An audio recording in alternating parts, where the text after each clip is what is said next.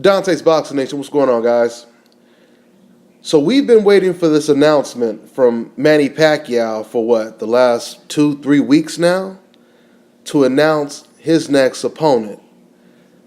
Now let me get you guys caught up. For those of you guys who don't know, the fighters that were supposed to be in the runnings was Tim Bradley, Terrence Crawford, and Amir Khan, right? Then all of a sudden, advisor Michael Kantz, he pulled a little bit of an audible, and he said, oh, wait a minute, we got a new candidate. And it was Adrian the Problem Broner.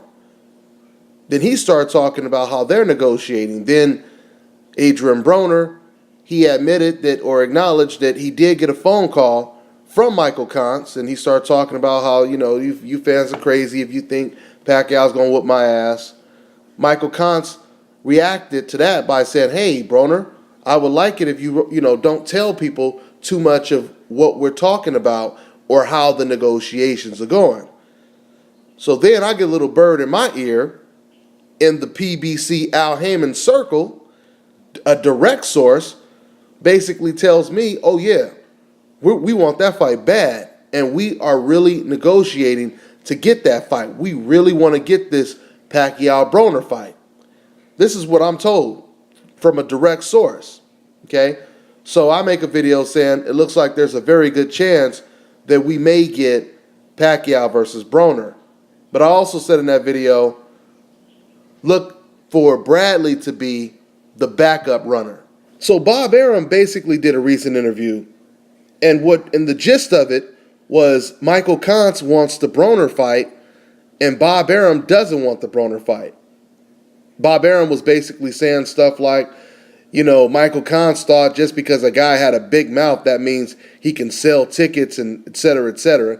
I'm just paraphrasing, but this is pretty much what Bob Arum said. Bob Arum said that's not the case.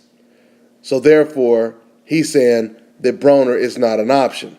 And they're going back to the original batch of candidates, which we all know that, at least from what we're hearing, it's not going to be Terrence Crawford, which really sucks.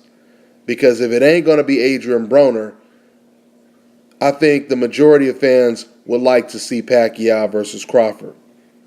Once again, I want to say for the record, I do not believe that this is going to be Manny Pacquiao's last fight. Only way I see this as Pacquiao's last fight is if he gets knocked out the way he did in the Marquez fight. That's the only way I see this as his last fight.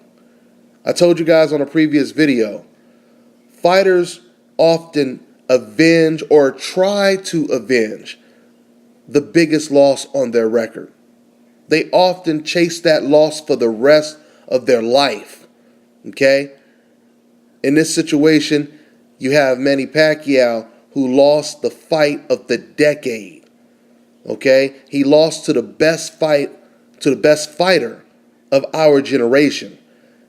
And Manny Pacquiao, he can smile and act like it doesn't bother him, but deep down, it bothers the shit out of Pacquiao. And Pacquiao, I truly believe, he wants to do everything he can to try to make up for that loss, regardless if it's get a rematch with Floyd Mayweather or if it's just continue to fight and try to make people forget about that loss slightly, right? So, like I said, I don't expect him to retire, and I don't know, man. It's looking at with the power of Bob Arum, it looked like if it was up to Michael Kantz, Pacquiao's advisor, we would have actually got Pacquiao versus Broner. But because of this man right here, Bob Arum, we're most likely not going to get it. I mean, it's almost sad when you think about the fact that Al Haymon is actually willing to work with Bob Arum for the betterment of the sport, to provide the best matches that we normally wouldn't have gotten a chance to see, right? But when it comes to Bob Arum, because of his personal disdain, he refuses to work with this guy, even if it's going to provide some of the best fights that boxing fans want to see. We got to see Mayweather versus Pacquiao, not because of Bob Arum, but because of Al Haymon. That's all I got, guys. I'm on to the next one.